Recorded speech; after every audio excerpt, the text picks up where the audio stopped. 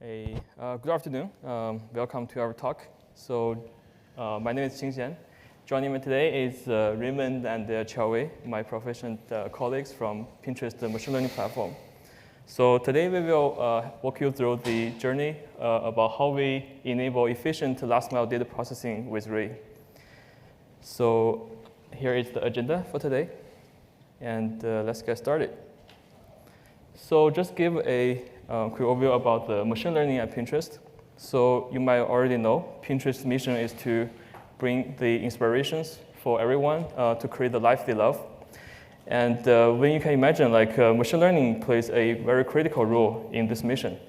It basically allowed us to continuously deliver high-quality inspirations for more than 460 million monthly active users across the globe. Behind the curtain, there are hundreds of machine learning engineers working really hard to building all kinds of ML applications to power Pinterest. This just names a few. And to give a kind of the scale we're handling, so our models are fairly complicated. We adopted many of the state-of-the-art model architecture, such as transformer, deep cross network. And our training data set can range to multi-petabytes. Containing tens of thousands of features.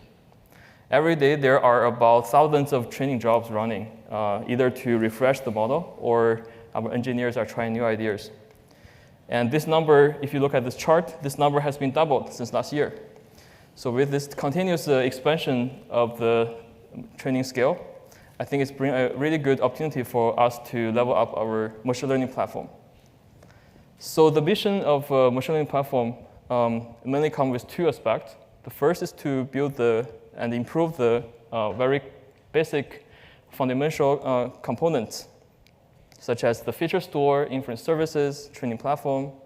But more importantly, is to improve the dev velocity for our hundreds of ML engineers. So you might know the GPUs are quite expensive and really hard to get recently. But we believe that developers' time is much more expensive than GPU. That's why we are working really hard to improve their productivity, both in terms of the calendar days, meaning that new models can launch much quicker, and also to reduce the engineer days, where engineers can actually try out multiple ideas at the same time. This leads to two important questions we need to answer. What are our engineers spending most of their time, and how can we improve? And we observed that our engineer mostly spending on two parts, which we call first is the model iteration. So tweaking the model architecture, try out some new layers. And although this can bring a lot of great improvement to the model qualities, we found that it's not usually the most time-consuming part. Why is that? Because with today, all of the model architecture are pretty standardized, and with many of the common building blocks like transformers. And the modern GPU and the training framework has significantly shortened the time for engineers to build and training their models. Take a look at this well-known chart. So you can see that the machine learning code is only accounted for a very small fraction of the time. What about the data iteration, which we kind of consider the other part of the time spent? We find that putting together a right set of data preparation can actually achieve really good result as well. Actually, many of the biggest win we have recently at Pinterest coming from this putting these data set iterations correct. But this also means our model engineers need to put a lot of time to iterating to find out the best combination of different processing. And we're fully aware that the data set iteration is super slow at this scale. But for us, at the platform, we saw this opportunity to optimize. So let's take a look at what exactly slows down the dataset iterations for engineers. So we generally observe there's two patterns where our engineers to iterating on the dataset. The first is the most commonly used one, is to just writing Spark jobs and with workflows. So what it does is engineers start to composing their data processing logic in Spark job, their training logic in PyTorch, and then they bridge all the stages of data processing and the trainings into a workflow, Spinner, for example. Airflow, sorry. This approach brings us a lot of benefits. So we can easily scale up the data processing with Spark. And the workflows can be templatized for better reusability. Some of the common data processing modules, we can extract it away, so different people can actually reuse those modules. This also provides a really good reproducibility. So each model is essentially determined by some configurations plus template. However, this comes with its own challenge as well. So first is like engineers need to jumping around multiple frameworks to just setting up even a very basic data transformations. So that means the high engineer day cost. But also, it also comes with very high calendar day cost. That's because each of the batch jobs has to process the full data set. So it's making the feedback loop very long. And some of the bugs, for example, in the very early stage can only be found until very late. And our very smart engineers start to explore if there's other way. So they start to moving the data processing into the trainer. For example, in PyTorch, you can actually specify some transforms inside the data loader workers before sending the rows to the trainer loop.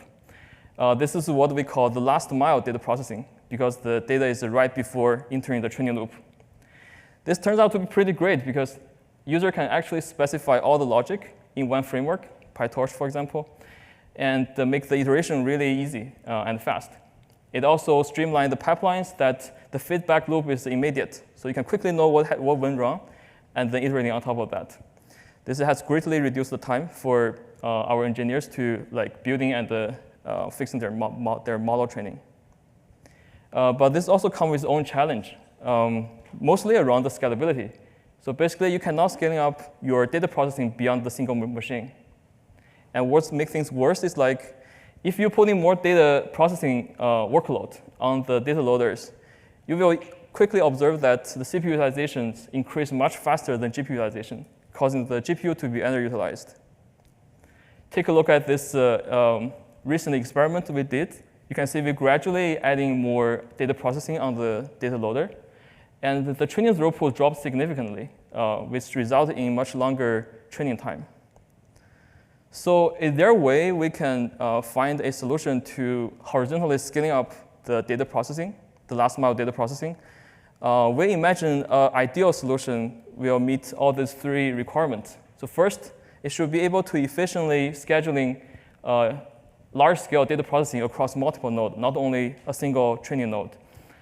It should be able to heterogeneously manage the resource, so both GPU and the CPU, ensuring the workload can be scheduled on the most efficient hardwares. And hopefully, everything can be done within one framework so that we can still have the high velocity, data velocity. So it turns out we are really excited to find that really fulfill all these requirements. In addition, it presents a very unique opportunities for us to provide a unique AI runtime for all the MLOps components.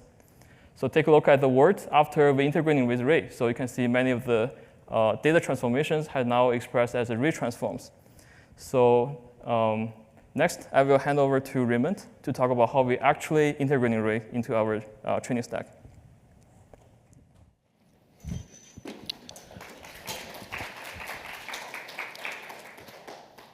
Hello, everyone. I'm Raymond, and I'm going to continue talking about how we integrate Ray data, which is data processing libraries built on top of Ray to our ML machine learning training frameworks, and a case study on one of our critical recommendation models. So before we talk about the detail of the integrations, let's give a background of how ML is done in Pinterest. In Pinterest, we have unified PyTorch-based machine learning frameworks aim to minimize the repeated effort of building common ML infrastructures. So it provides standardized CI/CDs, ML-specific Docker image, standardized ML ops integrations, and then also reusable ML building blocks to accelerate people's experimentations. Currently, 95% of the training jobs are running and building with these frameworks. And if you're interested into how we unify ML in Pinterest, please see our blog post for further details. So after knowing the background, let's starting taking a look at how we integrate Ray. So we actually took several iterations to finalize the architectures.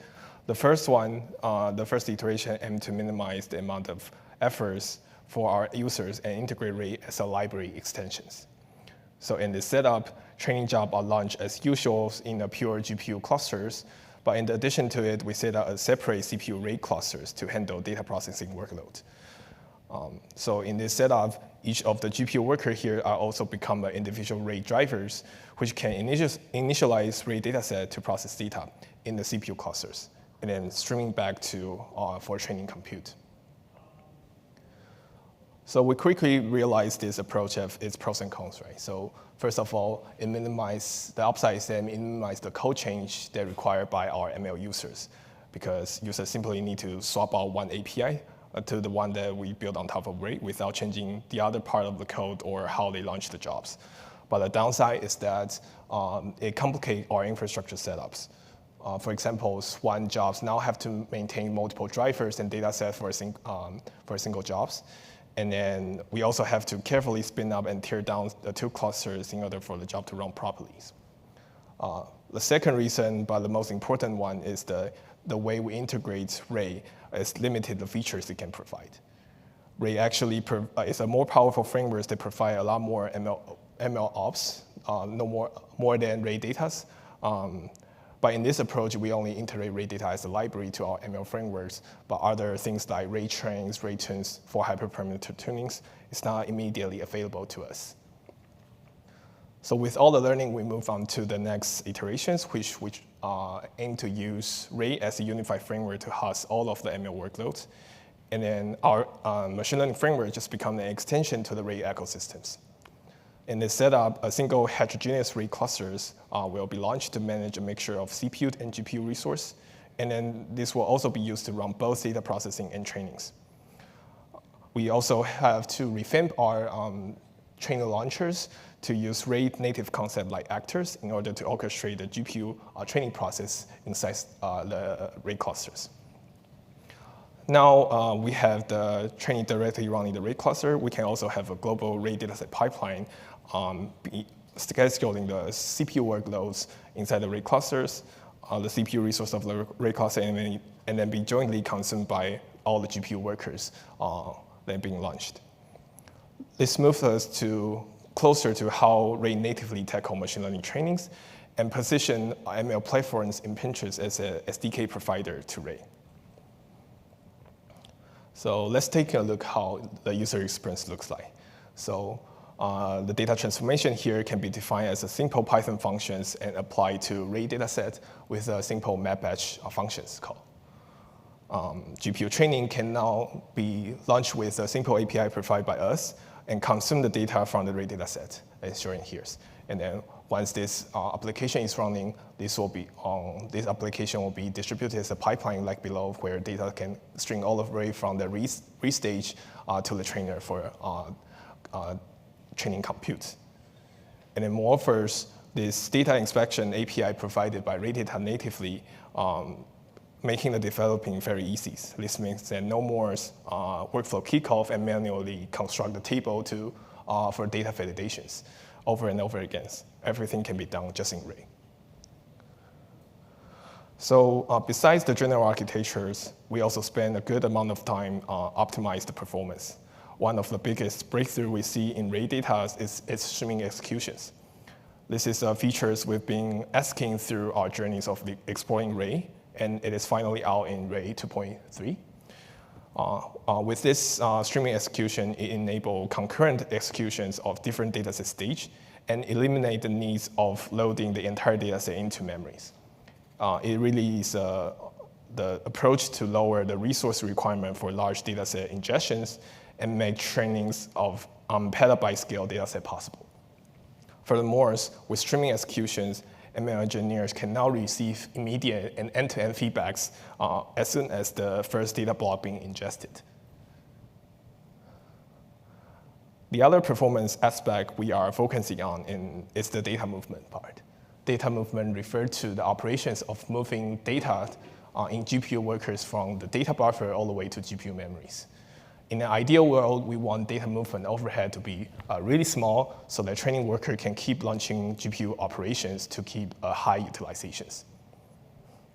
However, as you can see here in realities, there's actually a lot of the data movement overhead in the betweens of each of iterations, making delays and then reduce the GPU utilizations. We are going to have data transfer from remote to local GPU nodes, need to deserialize the data, need to do batch formations, and then transfer the data to GPU memories, which is fairly slow in sometimes.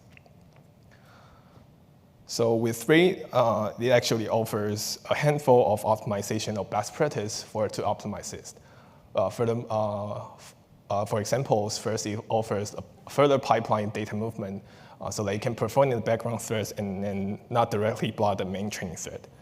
Also, it provides optimization on data transfer with techniques such as data prefetchings and locality-aware schedulings. We also adopt arrow table as the unified, as the standard data set representations for more efficient data serializations. Beside all of the previous optimizations, one thing that we found interesting and do differently with Ray is the batch formation part. Batch formation refers to taking a variable size data block and form a fixed size batch, which typically involve memory copying and memory allocations. It is particularly expensive in Pinterest since our recommendation model usually have very big batch size, hundreds of columns, high dimensional features, and then one batch can easily go over 250 megabytes. Just to have a comparison for you, a batch of typical image tensor for vision model training can be just around 50 megabytes, which is 5 times smaller. So to tackle this problem further, we move batching operation from the GPU workers to Ray dataset. So now this allows us to better scale this expensive CPU workload and make sure the overhead is not directly causing delays on the training workers. So finally, with all the optimization and architecture, we've done some benchmark on one of our critical recommendation models in Pinterest. So it used the same model architectures and same training settings, but just progressively more complex transformations. Two of the infra setting here, we have baseline is using torch data loaders, training on one P4D GPU machines. The other is Ray. We use Ray dataset and then training on one P4Ds plus 5 additional R5 CPU machines.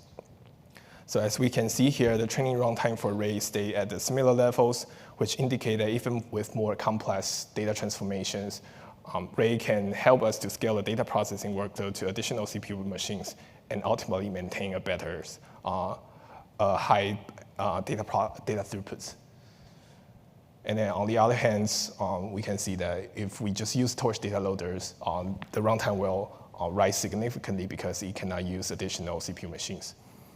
On the code side as well, we see that the job running with Ray scale more efficiently compared to torch data loader because of the faster runtimes. Ultimately, we result in 25% more savings, even though Ray use more resource to train.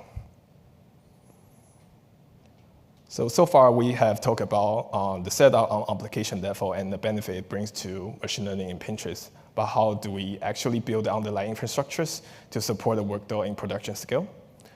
For the rest of the talk, I'm going to hand off to Jiawei, and then he will talk about how we set up Ray infrastructures.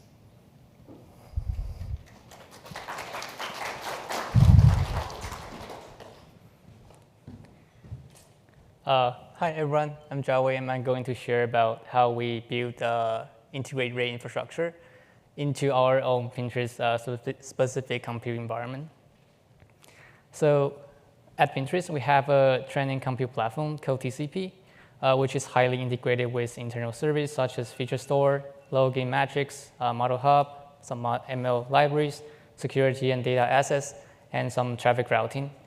The scale that we have is around thousands of ML training and inference every day. And we have hundreds of ML engineers and data scientists being powered by TCP. So under the hood, we're using Kubernetes and AWS Batch for the running workload. So how do we run Ray? Ray is actually running on Kubernetes in-house, Pinterest in-house Kubernetes called PinCompute. It's a multi-tenant, it's a multi-Kubernetes clusters across different availability zone in AWS, and it's a multi-tenant, so all the workloads share resource across thousands of nodes. We have hundreds of GPU nodes, of course, A100, A10, and V100 for some of it, and we have thousands of CPU nodes. To make Ray integrate with Spin Compute, we largely follow the documentation that is on Ray, which is how to manually set up a Ray cluster.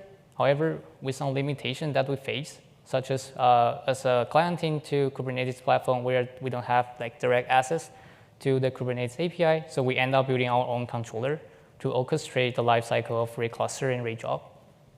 Furthermore, we built a command line tool for launching Ray cluster job from dev server as well as Python API to create a Ray cluster and attach from Jupyter. We also have the dedicated UI for managing and tracking the Ray cluster. So as a platform team, there's three kinds of challenge that we face when we start to explore Ray. First, on the Kubernetes operation side, it's not recommended to add a customized operator in our in-house Kubernetes since we don't have access to the native API, so we basically don't use kuberay. It's especially difficult for this kind of Ray head and worker service topology. Not to mention we need to support heterogeneous resource like Ray cluster can have mixture of GPU and CPU nodes. Secondly, in our in-house Kubernetes, we use Envoy as for service discovery. So we need to set up the custom traffic routings from Envoy for Ray dashboard or Grafana. It's a very important component for users to debugging and do the visualization. Last but not the least, workload running on Kubernetes are known to be ephemeral, meaning that we don't have access to the log and metrics after the Ray cluster is being cleaned up. So we need to sync up some alternative for users to replay those critical metrics.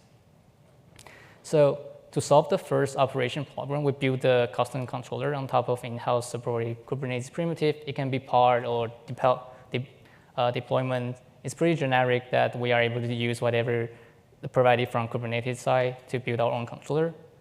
So the user journey would be like they send a request to our TCP API gateway, and we propagate the request to our controller. Controller will spin out the Ray head and Ray worker at the same time, and with a given resource request from the user. And the Ray head simply just saw the head process while Ray workers keep pulling the Ray head IP address and ensure it's up and running. Ray head will wait until all the Ray worker is ready, and then the controller will update the state of this Ray cluster. Client side will keep pulling until the Ray cluster is ready to use. And finally, they can connect to the Ray cluster, either on Jupyter or just submit a batch job from dev server to the Ray cluster. To solve the service discovery issue, we set up custom traffic routings from Envoy so that when a web application runs on Ray hat at certain ports, service will be accessible from through the ingress from the browser or dev app. For observability issue, we export Prometheus metrics that generate from Ray to Statsboard, which is our in-house time series database. And we also store the Ray application log, stream into S3 for offline replay. To enhance the user experience on Ray, we built a Ray-specific UI page that integrates with our original TCP UI to display the Ray cluster state and metadata, such as cost estimation. And users can even terminate their Ray cluster easily on the UI. We also add in some user attribution about this Ray cluster, so we are able to track which users are using this Ray for given of the time. For the log replaying, if user click on one of the button on the UI, they're able to see the log even if the Ray cluster was terminated. For the metrics replaying, we're using our in-house time series database tool instead of Grafana, but we export those Prometheus metrics to our time series database, so we are able to replay it as well. To get started with Ray right away at Pinterest, we support various dev and production methods. For interactive development, we add Ray helper libraries that can be used in Jupyter Hub. Users can launch a Ray cluster, connect to it, or even connect to an existing Ray cluster for reusing those resources. We also have command line tool that can be used from dev server. Users can just submit the arbitrary Ray application with some contract that we predefine, and they can easily handle this as an ad hoc job. To further productionize, we make integration with the workflow system at Pinterest, which is Airflow. So people can swap out the original training job part with the job operator that we provide and do a seamless migration. So here comes the future works. On the infrastructure side, we are actively evaluating dedicated ML Kubernetes cluster, for example, using EKS, where we can do some optimization specific. For example, like we can get rid of the general purpose of sidecar. We can do Docker caching on the worker nodes to increase the provision time. And most importantly, we want to try out like KubeRay, which can benefit from the official support of auto-scaling, fault tolerance, and against scheduling. Another thing that we'll look into is to do more about the internal service integration. For example, like authentication, authorization for fine-grained access control, which is non-provided by Ray. And we also want to integrate RayTune in our in-house hyperparameter tuning service. We also want to make the unit test and integration test framework much better so that it can benefit both the developer and the client that using Ray. On the application side, ML training will continue to be the SDK provider and use Ray as a unified ML ops framework. We will continue to build SDKs to provide deeper integration with Pinterest ecosystem from ML data to ML serving, such as Iceberg, data set ingestion, and batch inference. For those customers that cannot directly use our SDK, Ray still provides a wide support from its open source community. In fact, there's already 3 use cases or even more in Pinterest are using the features that provided by Ray directly. So this presentation marks the beginning of our journey at Pinterest to use Ray. We're going to share a series of Ray at Pinterest blog posts to deep dive several important components such as like last mile data processing, Ray infrastructure, feature importance, Iceberg, injection. So stay tuned for the upcoming post. Also, we are actively looking for strong talent to work on those very exciting Ray projects at Pinterest. So feel free to take a look. We also want to thank Pinterest partner team for their support in our projects, as well as the Anyscale team for their valuable guidance and collaboration on Ray. So, yep, that's it.